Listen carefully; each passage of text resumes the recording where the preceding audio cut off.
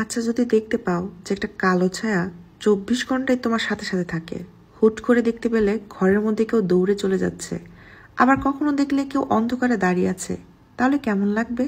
শুরু থেকে শুরু করি। যখন আমি ক্লাস 4-এ পড়তাম তখন টাঙ্গাইল আর্মি ক্যান্টনমেন্টে ছিলাম। ওখানে ভিতরে একটা বিশাল বটগাছ ছিল, যা যুদ্ধের অনেক আগে থেকে ছিল।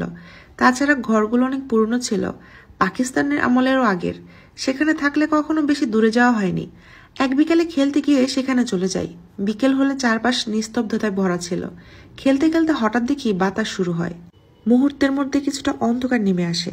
এমনিতেই সন্ধ্যা হয়ে আসছিল। সেদিন আর তেমন কিছু ঘটেনি, কিন্তু মাঝরাতে আমার ঘুম ভাঙা শুরু হলো। 2 দিন পরে আমার পরিবার ঢাকার উদ্দেশ্যে রওনা দিল। ঢাকার রাস্তায় ওঠার পর থেকে আমার শরীরে অদ্ভুত এক বিরক্তি শুরু হলো। মনে হচ্ছিল যেন সবকিছু বের হয়ে যেতে চাচ্ছে। আমাদের নিজস্ব গাড়ি ছিল।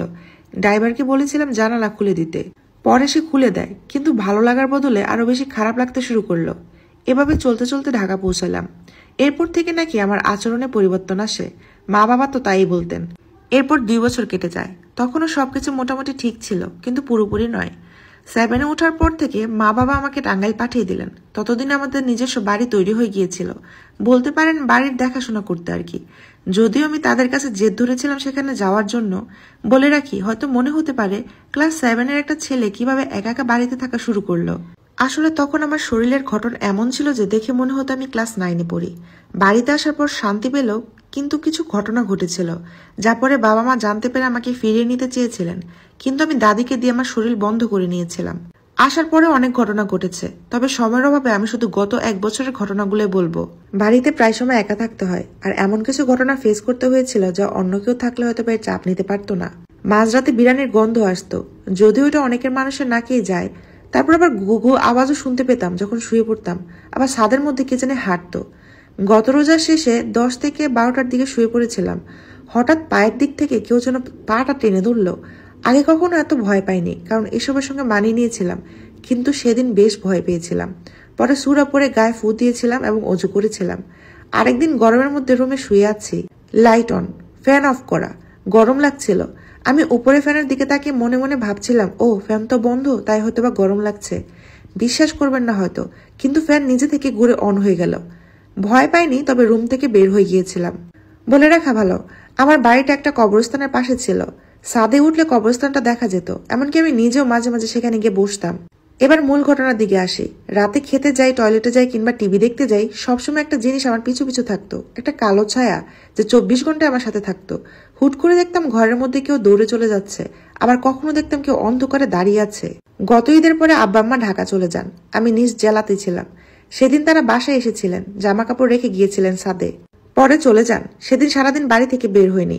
সন্ধ্যা হয়ে গেছে, হয়তোবা 6টা কিংবা 7টা বাজে। হঠাৎ মনে পড়লো ছাদে জামা রাখা ছিল, তোলা হয়নি। তুলতে গেলাম, গিয়ে দেখি ছাদের এক কর্নারে কালো ছায়ার মতো একটা মূর্তি। ভালো করে দেখেও কিছু পেলাম না, যেন কিছুই নেই।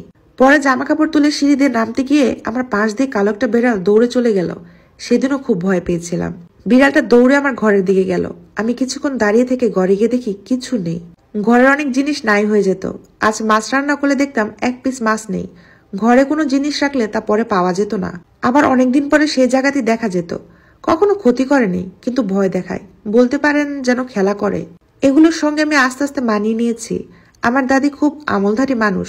জিন তাড়ানো বা ছাড়ানোর বিষয়ে তিনি অনেক কিছুই জানেন। তো তাকে অনেক বছর আগে ঘটনাগুলো জানানো হয়েছিল।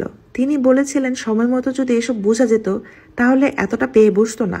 এখন ছাড়ানো কষ্টকর হবে আর আমার ক্ষতি করতে পারে, এই ভয়ে দাদি আমার শরীর বন্ধ করে দেন, যাতে চাইলেও ক্ষতি করতে না পারে। তবে এসব আমার সঙ্গেই থাকবে।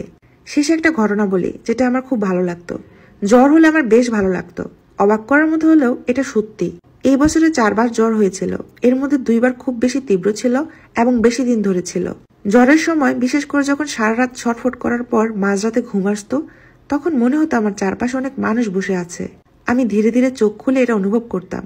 মনে আছে, পরিষ্কারভাবে দেখতাম আমার পায়ের নিচে 2জন মানুষ বসে থাকতো, ডানে আর বামে পাশে 2জন বসে থাকতো, আর তাদের মাঝে মনোমুগ্ধকর সাদা আলো পড়তো। ওরা একে অপরের দিকে তাকিয়ে গল্প করত। সেই সময়টা আমার বেশ ভালো লাগতো। মনে হতো শরীর থেকে জ্বর চলে গেছে। এমনও মনে আছে আমি তাদের দেখে হালকা মুচকি একটা হাসি হাসতাম। ঠিক ফজরের আজানের সময় তারা উঠে চলে যেত, গায়েব হয়ে যেত। তখন পুরোপুরি আমি নিজের মধ্যে ফিরে আসতাম, আর তখন থেকে আবার আমার শরীরের জ্বরের অস্তিত্ব অনুভব করতাম।